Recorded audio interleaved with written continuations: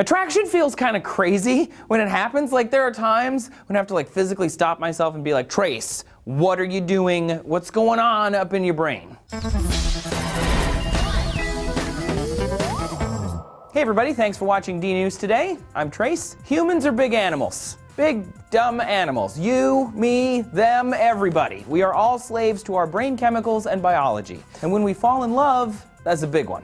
Obviously, we can make our own choices, but attraction, lust, and love are driven by our animal nature. We want to find a good genetic match, mate, reproduce, and raise young. It's part of our ancient programming. In the modern day, we have more social restrictions, but essentially the brain is handling stuff backstage, and it's doing kind of a poor job of it. According to biological anthropologist Helen Fisher, romantic love is akin to an addiction. Yeah, you might as well face it, we're addicted to love.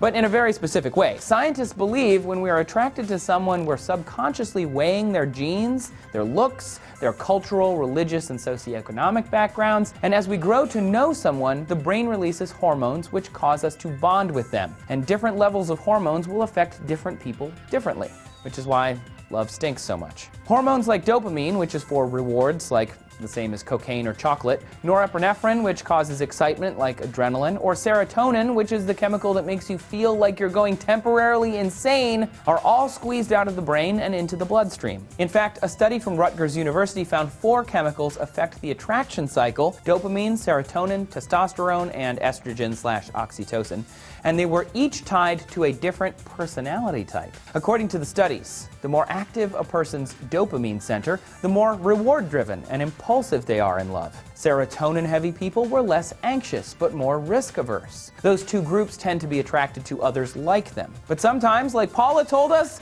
opposites attract. Testosterone-heavy people are analytical and competitive, while estrogen/oxytocin-heavy people were more empathetic, trusting, and social. Each of these groups were more likely to be attracted to the other group. It's important to note, I think, that none of these hormone types are determined along sex lines. In the brain, males can be estrogen or oxytocin heavy, testosterone heavy, serotonin heavy. Females can be any of those things too. It can go either and all ways. With all of these chemicals squirting every which way up in your head, messes can happen. But if the pairing makes it through that crazy serotonin insanity stage, other chemicals come in to maintain a coupling. Vasopressin and oxytocin are released after the initial love addiction to form longer-term bonds. A study in social cognitive and affective neuroscience found that during the initial love period, the ventral tegmental area was very active, and as was the areas controlling addiction. But as love wore on, the brain changed. When in new love, for example, people report pining and anxiety feelings, and that, neediness that's really heated. After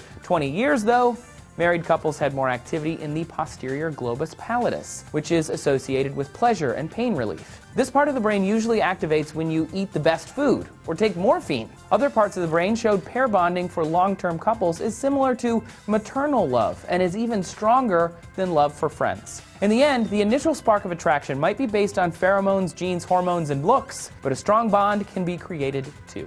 What do you think? Are you a slave to your brain? Which of these hormone personality types are you? Thanks for watching D-News. You can find us on Facebook. I think you'll probably love it. Maybe not like serotonin-based love, but you're going to at least like it. Thanks for watching, everybody. See ya.